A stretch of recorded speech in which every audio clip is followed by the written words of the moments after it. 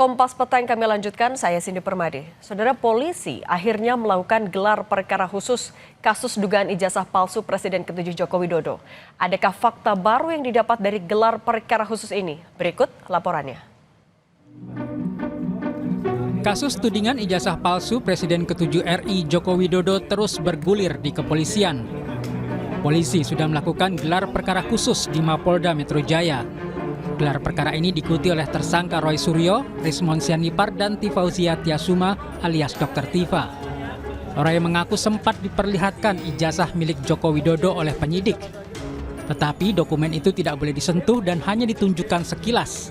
Roy tetap yakin ijazah itu palsu. Jadi hasil dari kami tentang 99,9% palsu itu tidak berubah, tidak bergeser satu mili pun. Ya, bahkan sampai the last minute, kami akhirnya sama seperti klaster 1 tadi dipertunjukkan sebuah barang yang diklaim itu adalah ijazah asli, katanya ijazah analog dari seorang yang namanya Joko Widodo. Dan untuk pas foto yang tertempel di barang yang disebut ijazah itu, saya dengan lantang dan tegas mengatakan saya sangat ragu bahwa itu usia sudah lebih dari 40 tahun. Terlalu tajam, terlalu baru barang itu sebagai sebuah foto yang dicetak dengan kertas foto di tahun 80-an. Kuasa hukum Presiden ke-7 RI Joko Widodo, Yakub Hasibuan, mengatakan gelar perkara khusus ini untuk memaparkan progres penanganan kasus tudingan ijazah palsu Jokowi, mulai dari proses awal penanganan hingga pemaparan langkah-langkah selanjutnya yang akan dilakukan penyidik dalam kasus ini. Yakub menyebut gelar perkara khusus tersebut bukan sebagai bentuk pembuktian perkara tudingan ijazah palsu kliennya. Namun kan kita semua sudah tahu bahwa gelar perkara ini adalah hanya pemaparan dari para penyidik untuk memperlihatkan nih dari awal sampai sekarang ini apa yang telah dilakukan dan langkah-langkah selanjutnya seperti apa. Jadi ini bukan pemeriksaan eksaminasi mengenai perkaranya, bukan pembuktian perkaranya, karena pembuktian nanti di pengadilan. Jadi kalau ada narasi seakan-akan di sinilah nanti akan dilihat apakah sudah dilakukan, sudah benar atau tidak, itu salah narasinya. Jadi kita hanya melihat saja nih pemaparan dari para penyidik. Pengamat hukum pidana Jamin Ginting mengatakan gelar perkara khusus ini bertujuan untuk membuktikan pasal-pasal yang digunakan untuk menetapkan Roy Suryo CS sebagai tersangka kasus tudingan ijazah palsu Jokowi. Jamin Ginting menyebut kubu Roy Suryo CS bisa juga mengajukan pra-peradilan jika penetapan tersangka dianggap tidak sah. Tapi kalau dari Pak Suryo CS ini, tentu tadi saya sudah katakan mereka bisa melakukan pra-peradilan. Tidak sahnya penetapan tersangka. Tadi sudah disebutkan oleh kuasa hukumnya tersangka yang belum pernah diperiksa sebagai saksi. Nah, kalau dalam putusan MK 21 2014 itu dikatakan calon tersangka harus sudah pernah terlebih dahulu diperiksa sebagai saksi sebelum ditetapkan tersangka. Nah, itu ditetapkan sebagai tersangka. Ya, jadi itu yang menjadi dasar kemungkinannya ya menurut perhitungan saya ada proses pra-peradilan kalau memang ini merupakan hak yang harus digunakan begitu. Polemik tudingan ijazah palsu Jokowi tidak bisa diselesaikan hanya melalui gelar perkara di kepolisian. Penentuan asli atau palsu suatu ijazah merupakan kewenangan mutlak pengadilan melalui pembuktian hukum yang fair dan terbuka. Tim Liputan Kompas TV. Lalu apa yang didapat dari gelar perkara khusus kasus laporan dugaan ijazah palsu Presiden ke-7 Joko Widodo? Apakah proses ini memperjelas bukti tudingan yang dimiliki Roy Suryo CS atau justru sebaliknya? Dan bagaimana gelar perkara khusus akan mempengaruhi kelanjutan penanganan perkara? Kita ulas sore ini dengan tersangka kasus tudingan ijazah palsu Jokowi, Roy Suryo, dan ada juga pengacara Pak Jokowi, Rifai Kusumanegara di studio. Selamat sore semuanya. Sore Mbak semuanya. Ada juga Guru Besar Fakultas Hukum Universitas Jenderal Sudirman Purwokerto, Hipnu Nugroho. Prof. Hipnu, selamat petang. Selamat petang Mbak. Selamat petang Mas Rudi. Ya, saya ke Mas Roy dulu ya. Mas Roy, gelar perkara khususnya dikabulin, ijazahnya juga ditunjukin akhirnya. Anda mendapatkan fakta yang menguatkan tudingan Anda atau justru melemahkan? Sangat menguatkan. Karena makin banyak kebohongan yang terbongkar. Biar Pak Rifai ketawa dulu. Ya, Yang pertama adalah kebohongan Jokowi. Ya, ketika dia ditanya, Anda melaporkan apa? Oh, saya nggak melaporkan apa, yang saya laporkan cuma peristiwa. Kemarin selain yang disebut-sebut so-called itu ijazah, yang maunya itu disebut ijazah, itu kita juga ditunjukkan juga LP, laporan polisi. Dan ternyata laporan polisi semenjak Jokowi tanggal 30 April itu udah jelas ada 6 pasal. Jadi selama ini terima kasih Pak Polisi yang kemudian bukan dari kami pasal 32 36 itu terbukti. Pasal itu dari Jokowi. Jadi sangat jahatnya dia menuduh dengan pasal 32 35. Kemudian yang paling penting adalah apa? Ditunjukkan betul. Ditunjukkan tuh ya kayak dulu ketika misalnya ada keluarganya Jokowi waktu itu bahwa ini adiknya Iriana waktu itu bahwa ya hanya ditunjukkan gitu saja. Jadi kami itu jangankan memeriksa ya. Jadi ingat ya, bukan diperiksa. Kami hanya disuruh melihat. Karena untuk megang saja nggak boleh. Karena misalnya untuk melihat kertasnya ya, kita ngintip kertasnya itu benar nggak kertas tebal atau enggak itu nggak bisa. Jadi itu tetap ada di dalam map dan kemudian dari situ saja. Tapi saya dan Dr. Rismon sudah punya satu kesimpulan bahwa itu tetap 99,9% palsu. Oke sebentar, kalau Pak Rifa gimana? 99,99% palsu udah ditunjukin. Oke, saya komentarin dulu tentang LP ya. Jadi ini isu yang baru dibangun Mas Suryo nih. Jadi publik bisa mengikuti media sejak awal kami sudah menyatakan laporan kami adalah 310, 311, 32 dan 35 ITE. Jadi ini sesuatu yang sudah kita jelaskan berkali-kali, semua orang tahu, lalu sekarang dibangun isu baru seolah-olah kami tidak pernah menyatakan itu. Silakan dicek di media. Ya, jadi kalau soal laporan clear, memang 32, 35 kami laporkan. Kenapa? Karena Pak Jokowi sendiri terheran-heran ada sekelompok orang melakukan atraksi IT, lalu menyatakan ijazah yang diyakininya asli menjadi palsu. Ini kan perlu dipertanggungjawabkan penggunaan IT ini. Gitu ya. Sesuatu yang asli menjadi palsu ini kan hebat sekali. Karena kita yakin kemajuan teknologi harusnya tidak untuk memutarbalikkan kebenaran. Karena itu kita minta diuji, diperiksa oleh penyidik. Dan pasalnya ada di 32 dan 35. Jadi ini sesuatu yang hanya isu baru yang dibangun. Kedua soal ijazah, kembali lagi. Sebenarnya kami sudah menduga ya, ditunjukkan pun pasti ribut lah gitu. Jadi nggak ada manfaatnya juga. Cuma kemarin karena Pak Direskrim mengambil kebijakan untuk menunjukkan ya kita oke-oke aja. Karena kita nggak takut kok. Sudah diperiksa lapor juga itu barang asli ya. Dan yang menarik satu, minggu lalu Mas Suryo di tempat ini juga menyatakan bahwa ijazah itu harus ada watermark dan emboss. Nyatanya barang itu ada. Jelas terlihat ya. Nggak bisa dilihat. Ada. Nah itu kembali lagi semua orang melihat itu kok. Kemarin semua yang keluar dari ruang gelap juga diwawancara mereka melihat itu. Nah sekarang disangkal oleh beliau. Kembali lagi, jadi sebenarnya kita niatnya baik menunjukkan, tapi kembali lagi kalau itikadnya buruk, ini selalu diputar balik, dibangun isu baru. Sehingga kalau buat kami adalah sudah tidak perlu lama-lama lagi, ajukan ke sidang, lakukan persidangan, semua terbuka, publik bisa melihat gitu ya. Tapi berarti maksudnya gelar perkara khusus kemarin tidak menguntungkan dari kubu Pak Rifai? Buat kami sih nggak ada persoalan, karena juga yang dilempar bukan isu yang menarik, contoh Mbak. Tahu-tahu mengajukan 3 ahli. Ya, buat apa didengar? Ajukan saja diperiksakan sudah dikasih haknya oleh penyidik. Silakan didengar. Ini menerangkan. Lalu kedua, membawa-bawa perkara di Mabes, membawa-bawa LP yang nggak diterima. Itu kan bukan konteks yang dibahas di situ gitu ya. Nggak ada ahli yang berani. Saya tadi melihat apa yang disampaikan itu bukan persoalan, bahkan ini hanya sekedar melambat-lambat, menunda-nunda penyidikan soalnya minta gelar gitu ya. Sehingga kemarin pun juga saya bilang ya sudah kita sudah mengalah semua, ijazah sudah tunjukkan. Cara paling baik adalah selesaikan agar ada kepastian hukum. Oke. Kalau gitu tapi ini dibilang Mas menunda-nunda loh. Enggak menunda. Ini jelas bahwa dengan melihat kemarin ya, saya ini tukang potret tuh bukan hanya dari tahun ini saja ya. Sudah semenjak, ya ini saya tunjukkan aja lah. Nih ya, sudah sejak tahun 95. Saya itu juara 1 fotografer nasional pada saat itu untuk ini menterinya waktu itu masih Pak Yub Afe. Jadi saya bisa tahu foto itu asli dicetak dari kertas warna atau foto itu reprinting lagi, dicetak ulang. Meski hanya melihat saja? Oh iya, kalau itu kelihatan lah. Caranya apa? Kertas foto yang itu disebut pas foto itu terlalu kontras. Dan kalau untuk 40 tahun usianya, karena ini kan disebut ijazah ini konon kan, itu kan disebut ijazah ini kan, ini bukan ijazah yang kemarin ya, ini yang diupload oleh si Dian Sandi, kemudian dikoreksi, dipalsukan lagi oleh Andi Aswan. Ya, tapi kira-kira fotonya saja itu sangat kontras kemarin. Foto yang sangat kontras itu tidak bisa dihasilkan dengan apalagi dengan kualitas sudah 40 tahun lebih. Foto dari, coba lihat ijazah-ijazah yang lain, teman-teman yang lain. Itu pasti sudah memudar karena karena kualitas kimia. Kalau foto yang tidak memudar, itu berarti cetakan baru. Itu satu. Yang kedua adalah juga tetap ada yang namanya garis ini.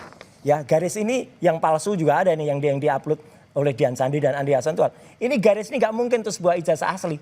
Karena itu adalah reprinting, sekali lagi reprinting. Dan logo ini harusnya emas. Kalau orang UGM asli tahu logo ini harusnya warna emas dan Kalau sudah berusia di atas 10-15 tahun, lihat semua ijazah rata-rata kemudian blobor itu artinya koyak gitu ya, atau melebar. Ini enggak kemarin. Anda melihat ada kejanggalan di situ. Kalau gitu kita ke Prof Hipnu dulu. Prof Hipnu, tapi sebenarnya ketika gelar perkara khusus itu dilakukan, kemudian ijazahnya ditunjukkan kepada tersangka dan juga kubu dari pengacara, maknanya apa? Seberapa signifikan ini untuk membantu kasus? Ya, gelar perkara itu kan sebetulnya untuk memastikan suatu perkara itu berjalan sesuai dengan koridor hukum. Memastikan bahwa bukti itu bernilai dalam suatu nanti pembuktian. Memastikan tentang locus delictinya. Memastikan tentang tempus delictinya. Semua memastikan sebelum dibangun suatu persidangan. Kan gitu, Mbak. Oleh karena itu sebagai bentuk ijazah itu juga dipastikan ada. Itu yang dilakukan dalam perspektif polisi yang nanti dalam penuntut umum itu memang perspektif beliau kan gitu kan, perspektif yang membuktikan nanti dalam suatu persidangan lah. Mas Roy juga perspektif yang berbeda. Ini suatu sampai kiamat tidak ketemu ini Mas, agak ketemu lah, ketemunya nanti di persidangan.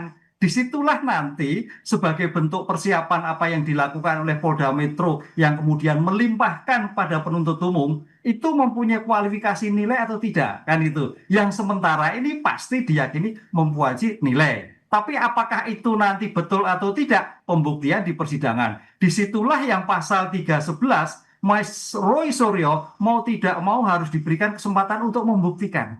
Ijazah yang diberikan seperti apa? Karena ini berkait dengan alam fitnah. Kan itu loh. Fitnah itu berkait dengan sesuatu yang tidak betul. Yang tidak betulnya di mana? Mudah-mudahan nanti di dalam pembuktian itu ada suatu egaliter. Karena ini pembuktian forensik yang kita orang hukum tidak tahu. Forensik itu adalah ilmu pengetahuan untuk membantu membuktikan. Nah, disitulah nanti hakim harus melihat suatu luas tentang antara bukti satu, bukti yang lain, antara satu-satu dengan yang lain. Disitulah nanti suatu persidangan akan terlihat seperti yang kita harapkan. Kalau ke persidangan, berarti kan bukti yang dikantongi polisi juga sudah cukup. Kalau dari Pak Rifai sudah cukup apa belum? Siap apa enggak kalau dibawa ke pengadilan? Tapi sebentar dulu Pak Rifai. Kita akan lanjut lagi usai jeda, tetap bersama kami di Kompas TV.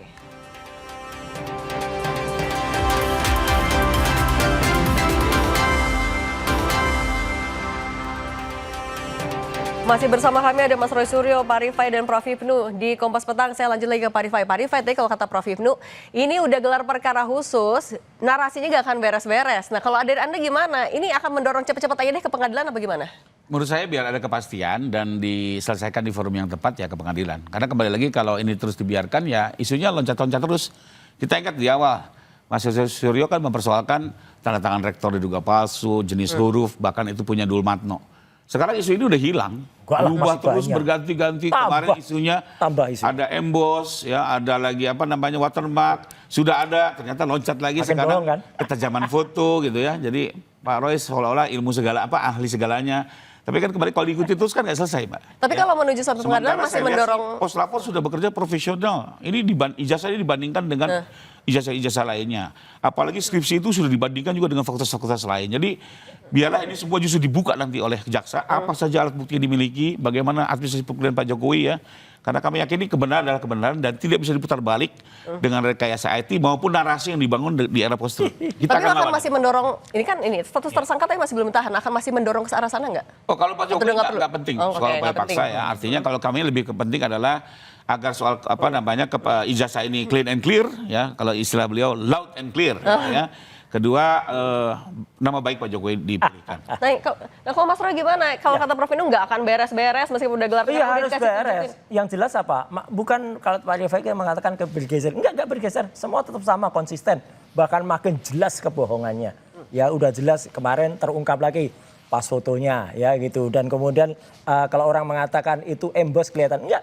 Emboss harus diperiksa dengan misalnya diperiksa apakah dia benar-benar emboss. Karena gini, kita sekarang sering lihat.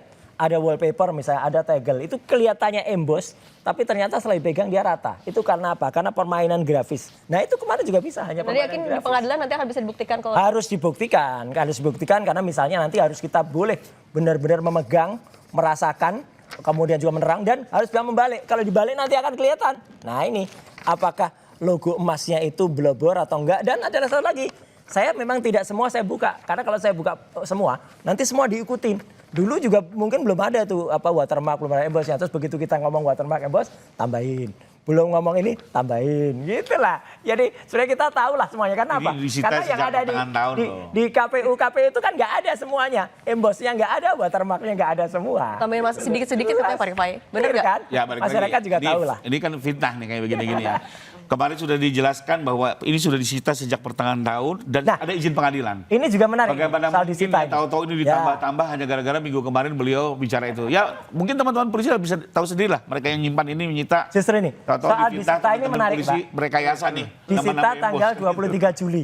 Tapi Oktober ada orang namanya Budiari. Ya itu bilang di Solo. Saya lihat barusan ditunjukkan. Katanya Juli disita. Kok Oktober barusan ditunjukkan? Itu kan bohong banget tuh Budiari sama Damanik. Terus kemudian tanggal 23 November dan 19 November di salah satu TV lain, orang namanya Andi Aswan dengan kebohongannya menunjukkan saya barusan scan ijazah asli. Lah kalau barusan scan tuh berarti sebelum nggak mungkin sebelum Juli kan? Kan berarti apa? Kemarin saya tanya polisi, apakah dari tanggal 23 Juli itu segel dibuka dan diberikan kepada orang lain? Enggak. Nah berarti kalau tidak, berarti banyak orang berbohong juga. Jadi ini kan makin muncul kebohongan-kebohongan baru yang dan saya berterima kasih sekali terhadap Polda Metro Jaya, terhadap KIP dan semua, karena semua akan terbongkar dan semua akan dibongkar dan memang sebelum disidang nanti orang juga udah tahu kok ujungnya apa, karena ujungnya ijazahnya tetap palsu. Nah, kalau gitu Prof Hipnu tapi menjelaskan tahapannya ketika sudah gelar perkara khusus menuju ke persidangan, seberapa jauh lagi sebenarnya tahapannya, apalagi yang masih harus dilakukan polisi sebelum nyampe persidangan?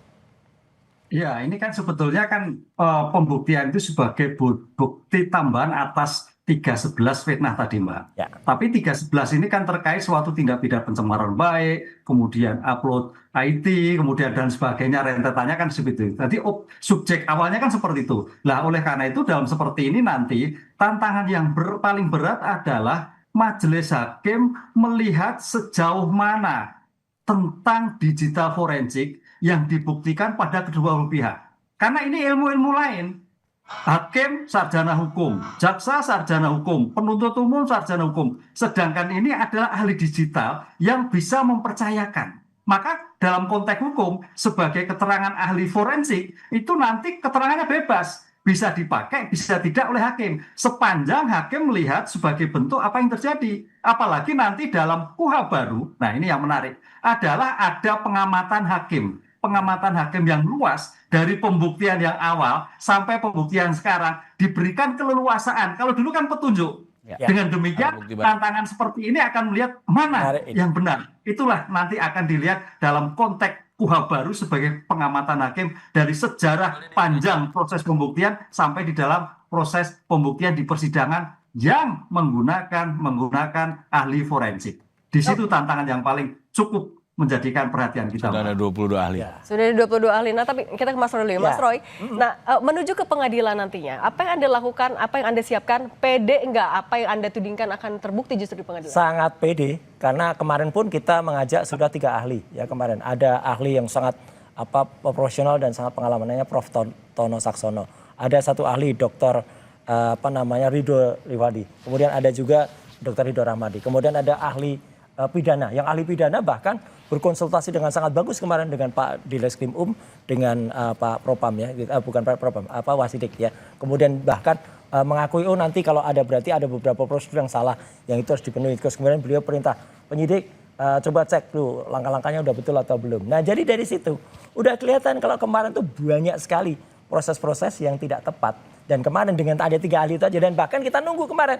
Katanya ada ahli IT juga yang mau dihadirkan oleh pihak sebelah ya, pihak Pak Rifai. Kita tunggu dari awal sampai akhir nggak muncul tuh hidungnya tuh yang namanya Joshua Sinatila. Nggak muncul-muncul kenapa tuh Pak Rifai? Ahli sudah didengar oleh penyidik, 22 nggak berani orang. tampil dia. Nggak perlu dimunculkan, nanti baru disidang. Karena begini, ya, karena barang bukti itu kalau ditunjukkan di awal-awal justru bisa menjadi merintangi penyidikan. Ya, makanya Prof. Hipnu bisa meluruskan nih bahwa ada barang bukti yang bisa ditunjukkan ke tersangka, ada barang bukti yang nanti di persidangan. Misalnya kalau hasil kejahatan betul dikonfirmasi, tapi alat bukti lain nanti di sidang. Nah, nggak berani nih nutupi kebenaran ini. CCTV video itu nanti di ujung saja. Nanti baru diperdengarkan di waktu yang tepat. Justru kalau semua ditunjuk-tunjukkan, mulai membangun alibi-alibi, mulai pembelaan-pembelaan secara tidak tepat gitu ya. Ya kembali lagi ini memang aturan sidang seperti itu. Dan kita kalau saya sih kita dorong ke persidangan segera, publik menilai secara terbuka.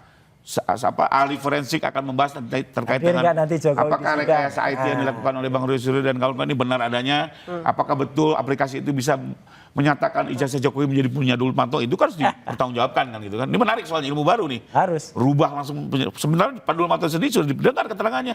Menyatakan itu bukan jasa saya gitu ya. Oke, tapi kalau melihat dari memang bukan di saya, tidak mendahului wajahnya, nanti kita lihat ke sana. Tapi kalau melihat penyidikan sudah dilakukan sejauh ini, Anda meyakini proses yang dilakukan polisi akan bisa menguntungkan Anda juga? Membuktikan. Saya lihat mereka sudah bekerja sangat profesional ya, dengan saksi di atas 100, bukti surat sampai dengan 700, ahli 22, menurut saya sudah cukup ya.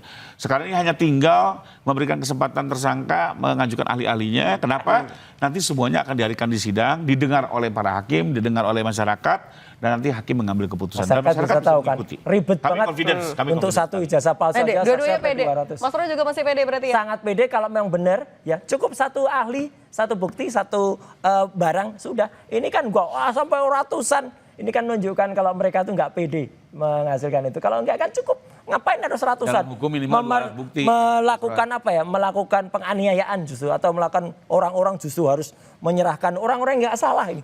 Kemudian harus disita ijazahnya, disita skripsinya. Ini kan orang satu ini kan memang bikin susah rakyat ya. Udahlah, udah jadi presiden bikin susah, udah pensiun aja bikin susah rakyat ini satu. Tapi berarti kalau penyidikan polisi juga Anda yakin akan bisa ya, makanya masyarakat harus mengawasi bagaimana polisi ini kemudian bertindak baik, dan ada komisi untuk percepatan reformasi kepolisian.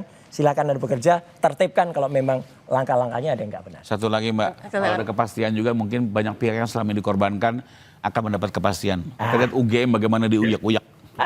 HPU juga diuyak-uyak. Oh enggak lah, itu semua benar. Diuyak-uyak. Ya kalau memang jujur nggak merasa diuyak-uyak. Mabes Polri diuyak-uyak gitu ya. Nah, UGM justru kasihan. Mudah-mudahan kalau ini clean and clear. Bias Natalis tersebut juga nama baiknya akan 3 hari lagi. Jadi kita dukung untuk harusnya bangga punya mesin AI, tapi mesin AI-nya malah dibredel. Oke, clean and clear biar di persidangan ya nanti ya kita tunggu. Iya, kita tunggu bisa itu ya. Oke, Pak Rifai Kusuma Negara, Mas Roy Suryo, Prof. Ibnu Nugroho, terima kasih sudah berbagi bersama kami. Terima kasih, Prof. Sukses selalu semuanya ya. Terima kasih Pak Rifai, terima kasih Mbak Cindy.